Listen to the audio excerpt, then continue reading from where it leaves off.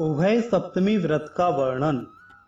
सुमंत मुनि ने कहा, राजन, अब मैं आपको धर्म, अर्थ, काम, मोक्ष इस चतुर्वर्ग की प्राप्ति कराने वाले भगवान सूर्य के उत्तम व्रत को बतलाता हूँ।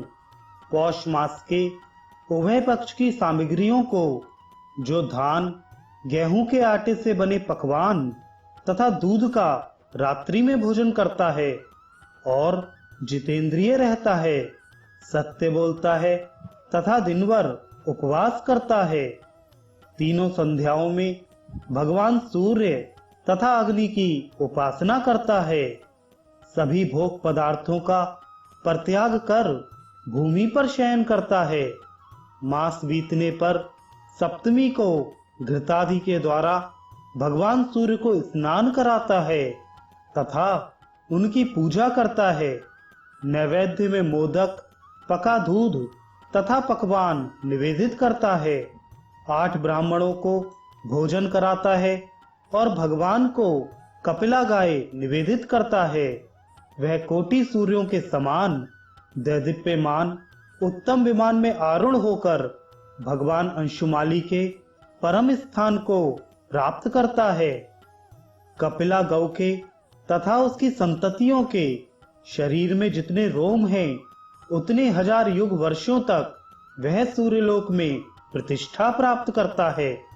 अपने 21 कुलों के साथ वह यथेच्छ भोगों का उपभोग कर अंत में ज्ञान योग का समाश्रय कर मुक्त हो जाता है। राजन, इस प्रकार मैंने आपको इस संसार समुद्र से पार उतारने वाले सौर धर्म में मोक्ष क्रम के उपाय बतलाए। यह विद्वानों के लिए समाश्रणीय है। इसी प्रकार अन्य महीनों में निर्दिष्ट नियमों का पालन करते हुए व्रत और भगवान सूर्य की पूजा करने से विभिन्न कामनाओं की पूर्ति होती है तथा सूर्यलोक की प्राप्ति होती है। कुरुनंदन, अहिंसा, सत्य वचन, अस्तेय, शांति, क्षमा, ऋजुता, तीनों कालों में स्नान तथा हवन, पृथ्वी पर शयन, रात्रि भोजन, इनका पालन सभी व्रतों में करना चाहिए। इन गुणों का आश्रय कर उत्तम व्रत का आचरण करने वाले व्यक्ति के सभी पाप और भय नष्ट हो जाते हैं एवं रोगों का नाश हो जाता है और सभी कामनाओं के अनुरूप फल की प्राप्ति होती है। इस प्रकार का सूर्यव्रती व्यक्ति अमित तेजस्वी होकर सूर्यलोक को प्राप्त कर लेता है।